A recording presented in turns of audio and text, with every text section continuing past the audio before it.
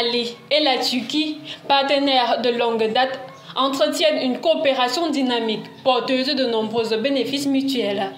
Ainsi, pour renforcer les liens entre les deux nations, son Excellence Abdoulaye Diop, ministre des Affaires étrangères et de la coopération internationale du Mali, dirigera une délégation du Mali lors de la 4e session de la commission mixte de commerce, de coopération économique et technique entre la République du Mali et la République de Turquie. Cette session est prévue à Ankara les 17 et 18 avril 2024. Cet événement diplomatique offrira aux deux pays l'opportunité d'examiner leur collaboration dans les domaines de la défense, de l'investissement, de l'économie, du commerce, de l'industrie et de la formation. Il servira également de point de départ pour étendre les relations bilatérales à de nouveaux horizons de coopération, notamment dans les secteurs des énergies renouvelables et de l'économie numérique. Ces échanges permettront de concrétiser les ambitions politiques et économiques les plus hautes autorités des deux pays en vue de renforcer davantage le partenariat stratégique entre le Mali et la Turquie. Lors d'un atelier ouest-africain sur le changement climatique qui s'est tenu à Abidjan le lundi 15 avril, des spécialistes de Côte d'Ivoire, du Togo, du Sénégal et de Gambie ont plaidé pour une plus grande implication des femmes dans la lutte contre le changement climatique. Au cours de cet atelier, dont le centre des discussions se trouvait sur un projet d'action climatique féministe en Afrique de l'Ouest, mettant en lumière le rôle crucial des femmes dans ce domaine, le coordonnateur du projet a souligné la nécessité de consolider les actions de sensibilisation sur les enjeux climatiques afin de réduire la vulnérabilité des femmes face aux impacts du changement climatique.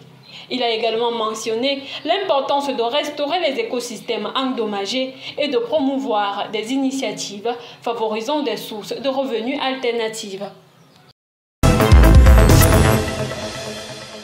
Les amoureux de football n'auront pas de repos ce week-end au Cameroun.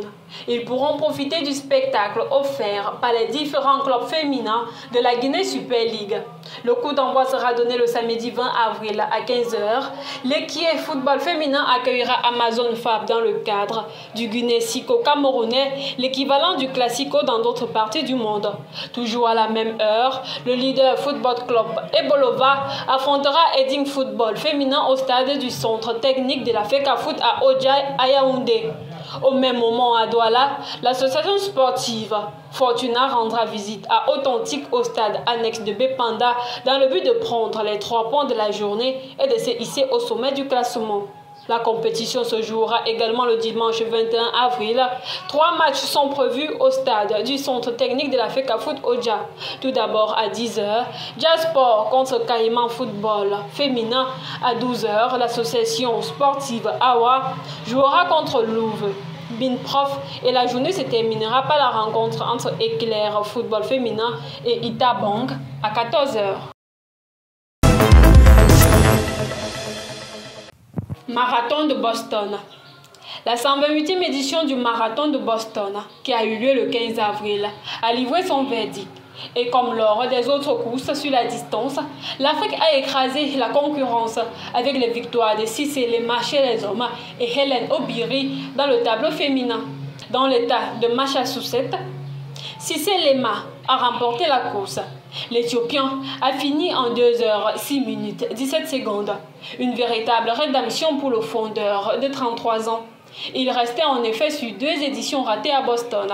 Son compatriote Mohamed Eza termine 2e en 41 secondes. La 3e place revient au Kenya Evans Chebet qui a fini la course en 2 h 7 minutes 22 secondes.